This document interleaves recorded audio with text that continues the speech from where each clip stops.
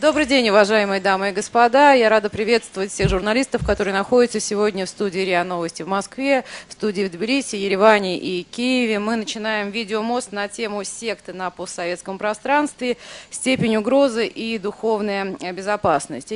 Инициатива нашего сегодняшнего видеомоста исходила из Армении. Армянские специалисты, которые занимаются проблемой духовной безопасности, заявляют о настоящем нашествии сект на Армению. И по некоторым данным, количество различных структур сектантского характера в стране приближается к сотне. И в эти структуры вовлечены порядка 350 человек. Для такой, в общем-то, небольшой страны, как Армения, это, полагаю, достаточно большая проблема. Поэтому было бы логично и правильным, чтобы сегодняшнюю нашу дискуссию начала именно студия в Ереване. Я хотела бы передать слово господину Амаряну.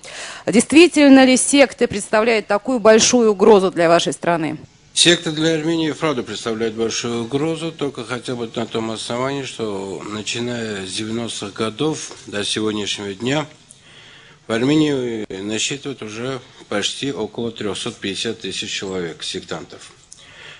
Но если взять именно просто как секты, то в этом я тоже ничего такого страшного не вижу, потому что в любой ситуации к сектам в Армении относят и всех представителей, скажем, которые отличаются от традиционной армянской апостольской церкви, догм. Но самое опасное, что есть в Армении, это деструктивные секты. Их количество более 100 тысяч.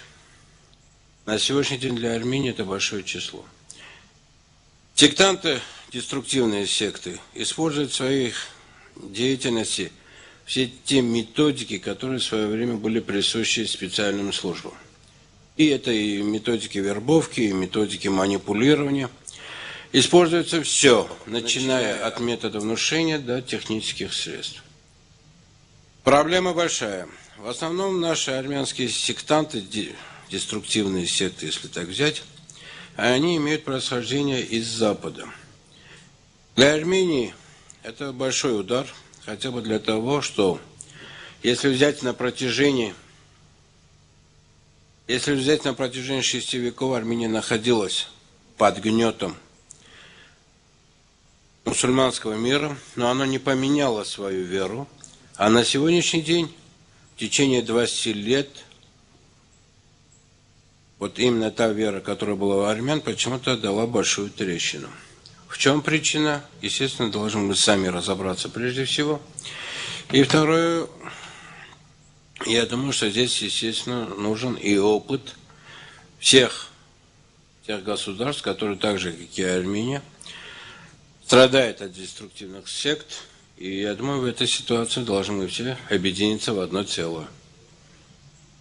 Численность членов разных тоталитарных сект, опять же, никаких исследований на этот счет не проводилось, статистики не имеется. Есть только мои приблизительные прикидки. И вот по моим приблизительным прикидкам в России количество членов тоталитарных сект варьируется где-то от 600 до 800 тысяч человек. Это полноправных членов.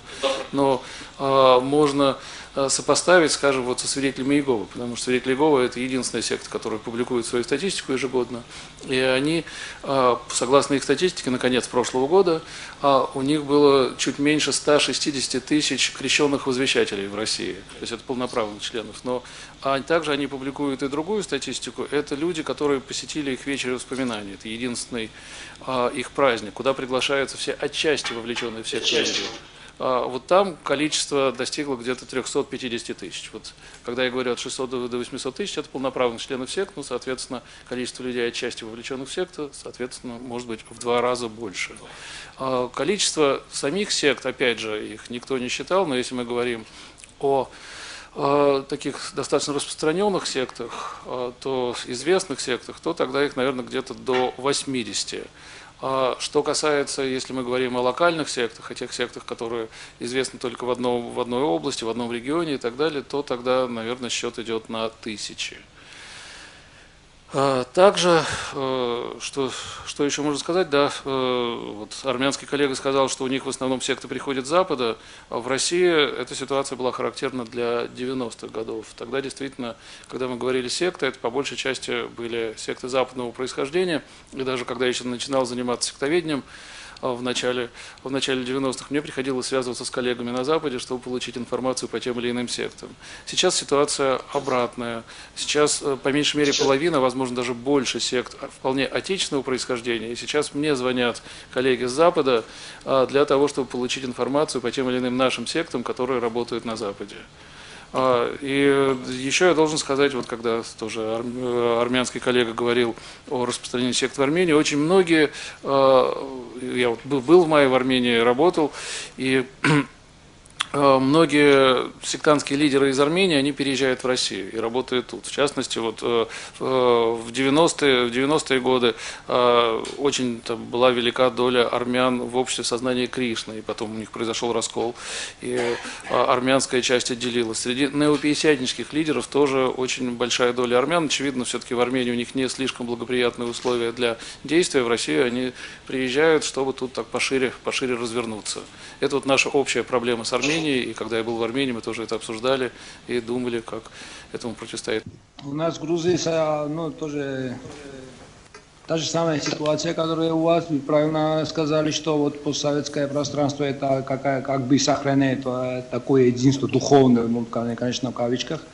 А у нас в основном секты появляются, так сказать, и вот западные секты, которые вот упомянула армянская сторона, но дело в том, что эти секты как раз являются вот такими фундаментальными сектами, фундаменталистически настроенными сектами. Почему они появляются в Грузии, почему у нас вот такая почва по Советскому Союзу, что вот мы создаем такую хорошую почву для размножения и трансформирования вот этих сект, вот это для меня самый большой вопрос. И вот вы сказали тоже, Александр, что вот уже из России транспортируется, уже Россия является как бы источником. Не Запад плох, если мусор собираем из Запада, это не значит, что Запад плох.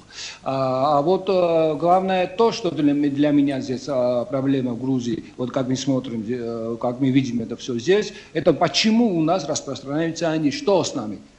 Вот я думаю, что здесь вот тоже проблема, не только вот коммунисты там виноваты или наше прошлое только виновато, вот доминирующие у нас религиозные организации тоже как-то где-то в этом что-то пропустили и не до конца доработали что-то. Вот в этом отношении. А где-то у нас будет процентов, наверное, где-то 2 или 3 сектантские, так можно сказать, и в основном это свидетели Иеговы. Особых других этих опасностей у нас в Грузии не наблюдается.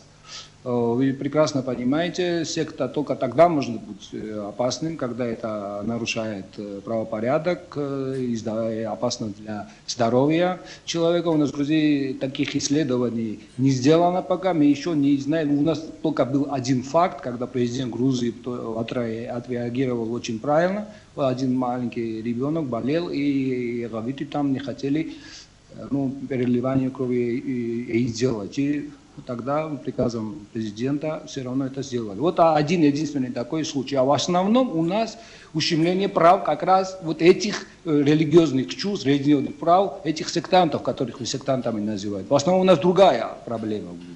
Почему секты, как они развиваются, на какой почве? Здесь ответ единый, и он очень простой, он лежит на поверхности.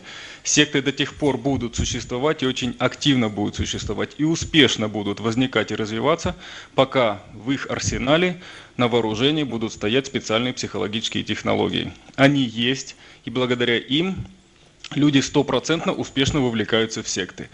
Единственное средство взять под контроль все эти явления – это контролировать несанкционирование применения психологических и психотерапевтических технологий.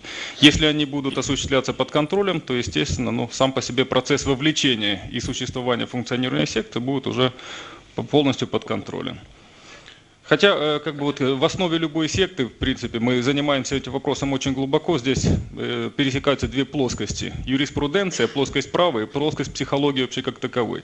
Дело в том, что если разобраться очень детально в работе функционирования любой секты, а секта, она отличается от любой традиционной веры именно тем, что она зиждется не на вере, на святом чувстве на каком-то, а зиждется на более меркантильных вещах, на эквиваленте этой веры.